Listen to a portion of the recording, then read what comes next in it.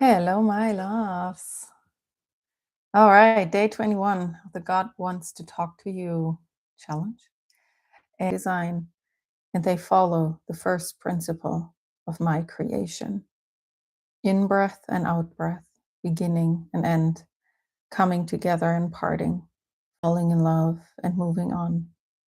A never ending loop of love, changing form. All of it is love. It always is.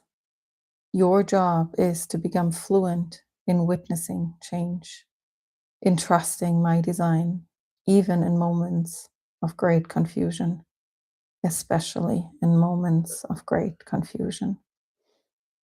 Your job is to walk through the seasons of your life with an open heart, trusting that the emotions delivered to you are bringers of great wisdom. As you learn to feel them all, knowing you are safe because they are sent by me, new intelligence will be unlocked within you. These emotions are the prerequisites to your next level in evolution. They prepare you for what will be normal for you to hold once you have turned the page. It is time to turn the page, my love. Breathe in and breathe out. You lead the way, and the universe follows. And I will be right there with you, God.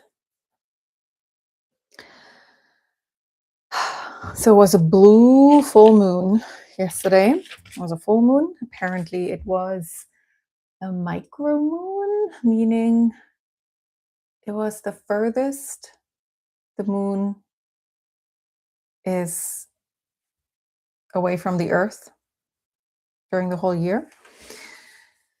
And it was a blue moon because it was the second full moon in May. So once in a blue moon. That's why we say that, because it doesn't happen often.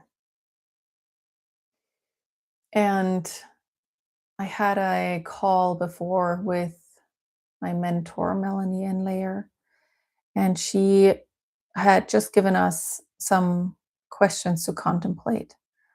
And one of them was basically, what do you keep alive, even though it wants to, some people would say, die? I, in this letter, have called it change form. It's all love changing form. And then this letter came through, and what she said, and that's very, very true. Anything that's true is plugged into source. And so anything and everything that's true will stay alive and will hold up regardless of life, regardless of if we actually, we don't have to work hard in order to keep it alive, because it is alive. It's plugged into source. That doesn't mean it won't leave our field. Let's say there is a great idea, a great inspiration for a product, a service, a project, and it comes to us and it's plugged into source. It's full of life. That doesn't mean that it'll stay with us if we don't pay attention to it. But it stays alive, nevertheless. It'll just move to the next person, who will then hopefully say, pay attention and make it come into the world. But the question from yesterday was, what do I hold on to? Something that actually kind of wants to shift, wants to move on. In the past, this has been me with people who didn't want to be in my life. I wanted to keep them in my life, and I was afraid to let go I thought it was my job to hold on. But then to realize that everything is divine design, and I always say that. And to really, really trust that. And even if and when we are heartbroken about something ending, whether that is a chapter of our life, whether that is a relationship, whether that is a version of ourselves. And that's actually where I landed yesterday. To trust that what is coming will be even more of us, will be even more me. And I have experienced this often, a sadness that kind of comes before a big shift, a big change. Because as we turn the page and move into a next chapter, we always say goodbye to an old version of us. And that's a little crazy because the sadness, this knowing, it's like a deep knowing that comes while this version is still with us.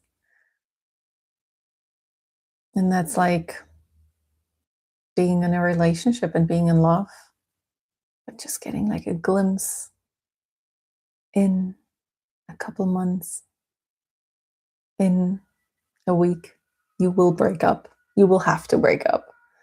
But still being here, being in a relationship and loving the person, just getting this flash in the future.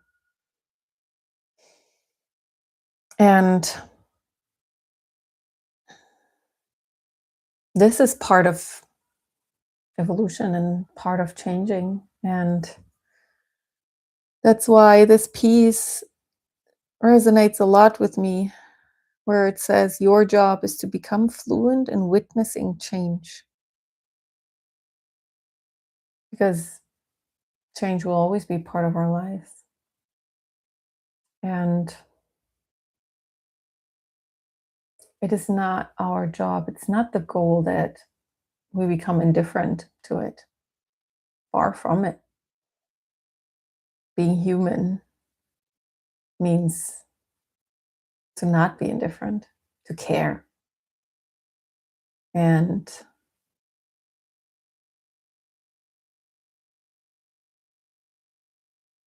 what is our job is to know this so deeply that it doesn't shock us, surprise us. I mean, it can surprise us. That's fine. Doesn't matter. But that we don't think anything is wrong with the situation.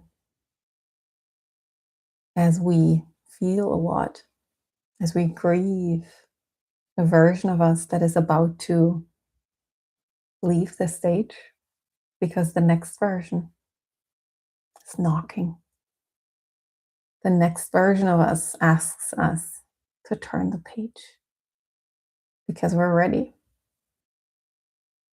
And all the emotions that come with a shift, that come with turning the page, they are the bringers of the wisdom, the strength, the codes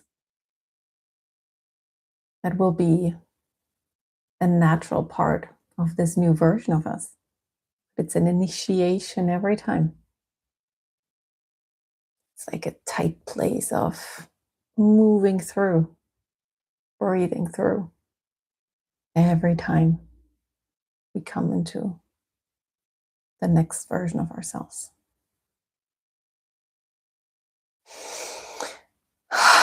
Lovely. Okay, we read again. Day 21. Dear God, what would you have me know today? My love, see me in the setting sun and see me in the rising sun. Tides are an essential part of my design, and they follow the first principle of my creation. In breath and out breath, beginning and end, coming together and parting, falling in love and moving on, a never ending loop of love, changing form. All of it is love. It always is. Your job is to become fluent in witnessing change, in trusting my design, even in moments of great confusion, especially in moments of great confusion. Your job is to walk through the seasons of your life with an open heart, trusting that the emotions delivered to you are bringers of great wisdom. As you learn to feel them all, knowing you are safe because they were sent by me, new intelligence will be unlocked within you. These emotions are the prerequisites to your next level in evolution. They prepare you for what will be normal for you to hold once you have turned the page. It is time to turn the page, my love. Breathe in and breathe out. You lead the way, and the universe follows. And I will be right there with you. God. All right, my loves. I love you. And I'll see you soon for the next letter.